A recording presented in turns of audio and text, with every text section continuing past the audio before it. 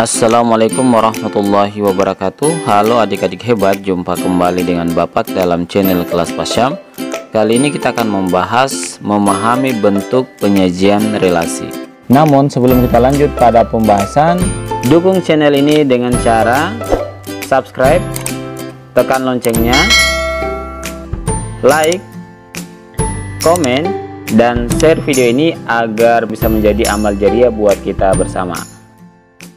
Langsung saja kita masuk pada pembahasan memahami bentuk penyajian relasi. Pertama-tama kita harus tahu pengertian relasi. Nah, pengertian relasi adalah hubungan antara suatu anggota himpunan dengan anggota himpunan lainnya. Berarti relasi itu adalah hubungan ya antara dua himpunan. Misalnya di sini perhatikan ada sebuah himpunan yang misalnya sini himpunan A, di mana anggotanya itu Alif, Neil, Amrin, dan Faki. Kemudian ada himpunan B yang anggotanya itu bakso, soto, dan sate. Nah, keterangan di sini himpunan A adalah himpunan siswa berprestasi di sekolah. Kemudian himpunan B adalah himpunan makanan yang dijual di kantin.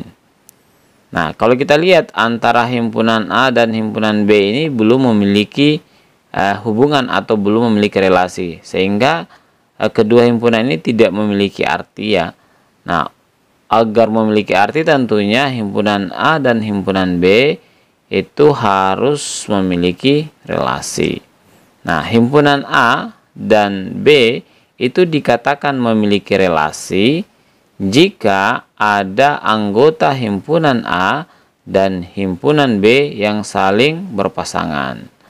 Nah, agar berpasangan berarti kita harus buat relasinya. Misalnya di sini kita buat relasinya adalah suka makan. Jadi misalnya di sini kita pasangkan ya, kita hubungkan Alif suka makan bakso, kemudian Neil itu suka makan sate, Amrin suka makan soto, dan Faki suka makan bakso.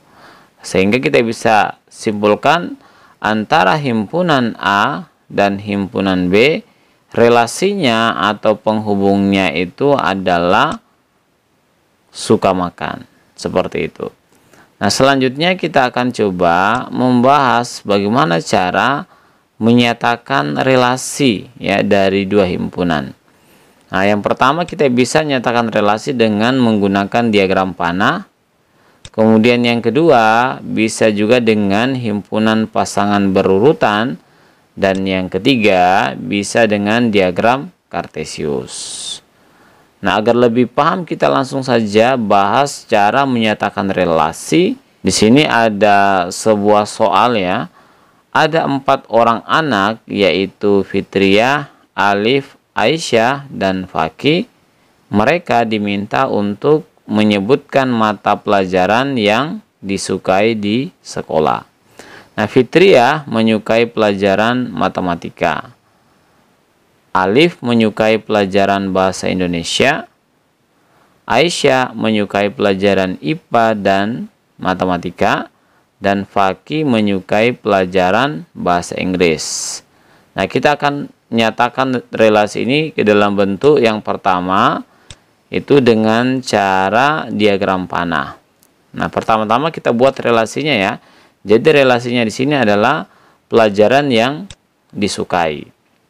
Kemudian kita buat diagram panahnya. Pertama-tama kita buat himpunan untuk anak ya. Ada 4 anak di situ. Yang pertama ada Fitriah, kemudian ada Alif, Aisyah, dan Faki. Kemudian himpunan keduanya di sini adalah mata pelajaran ya. Pertama ada matematika, IPA, bahasa Indonesia, dan bahasa Inggris. Nah, kita akan hubungkan antara himpunan anak-anak tadi ya dengan mata pelajaran yang mereka sukai. Kita lihat di sini, Fitriah menyukai pelajaran matematika. Berarti Fitriah ini kita hubungkan dengan pelajaran matematika seperti ini. Kemudian Alif menyukai pelajaran bahasa Indonesia. Berarti Alif kita hubungkan dengan pelajaran bahasa Indonesia seperti ini. Kemudian Aisyah menyukai pelajaran IPA dan matematika. Berarti Aisyah kita hubungkan dengan pelajaran IPA dan Aisyah kita hubungkan dengan pelajaran matematika. Yang terakhir, Fakih menyukai pelajaran bahasa Inggris. Berarti Fakih kita hubungkan dengan pelajaran bahasa Inggris. Nah, ini adalah cara menyatakan relasi menggunakan diagram panah. Selanjutnya, yang kedua, kita akan menyatakan relasi menggunakan himpunan pasangan berurutan. Caranya, yang pertama kita buat dulu buka kurung kurawal seperti ini. Kemudian perhatikan, nah ini kan Fitriyah menyukai pelajaran matematika. Berarti kita buat di sini dalam kurung Fitriyah, matematika.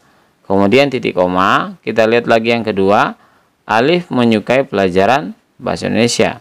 Berarti di sini dalam kurung Alif, bahasa Indonesia, titik koma. Kemudian berikutnya Aisyah menyukai pelajaran IPA dan matematika.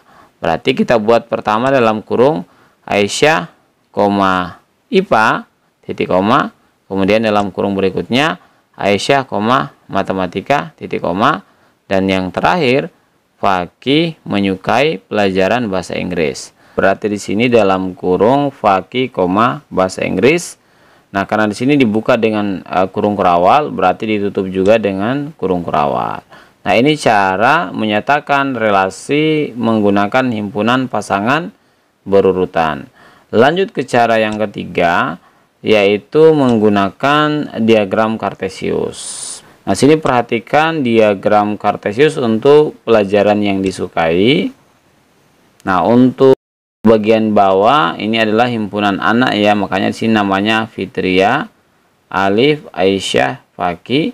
Kemudian untuk yang di samping ini untuk mata pelajarannya matematika, IPA, bahasa Indonesia dan bahasa Inggris.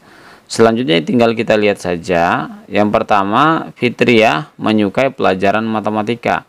Berarti kita buat garis putus-putus seperti ini. Fitriyah menyukai pelajaran matematika. Nah, di sini titik koordinatnya.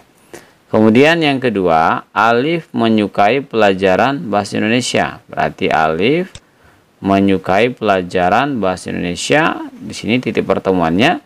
Selanjutnya, Aisyah menyukai pelajaran IPA dan pelajaran matematika. Pertama-tama kita buat dulu Aisyah menyukai pelajaran IPA. Seperti ini, titik pertemuannya. Dan yang kedua, Aisyah menyukai pelajaran matematika. Nah, titik pertemuannya di sini. Dan yang terakhir, Fakih menyukai pelajaran bahasa Inggris. Berarti Fakih ini ya menyukai pelajaran bahasa Inggris bertemu di titik koordinat ini. Nah, ini adalah cara menyatakan relasi menggunakan diagram Kartesius. Oke, demikian pembahasan memahami bentuk penyajian relasi.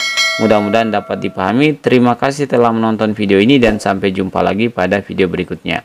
Wassalamualaikum warahmatullahi wabarakatuh.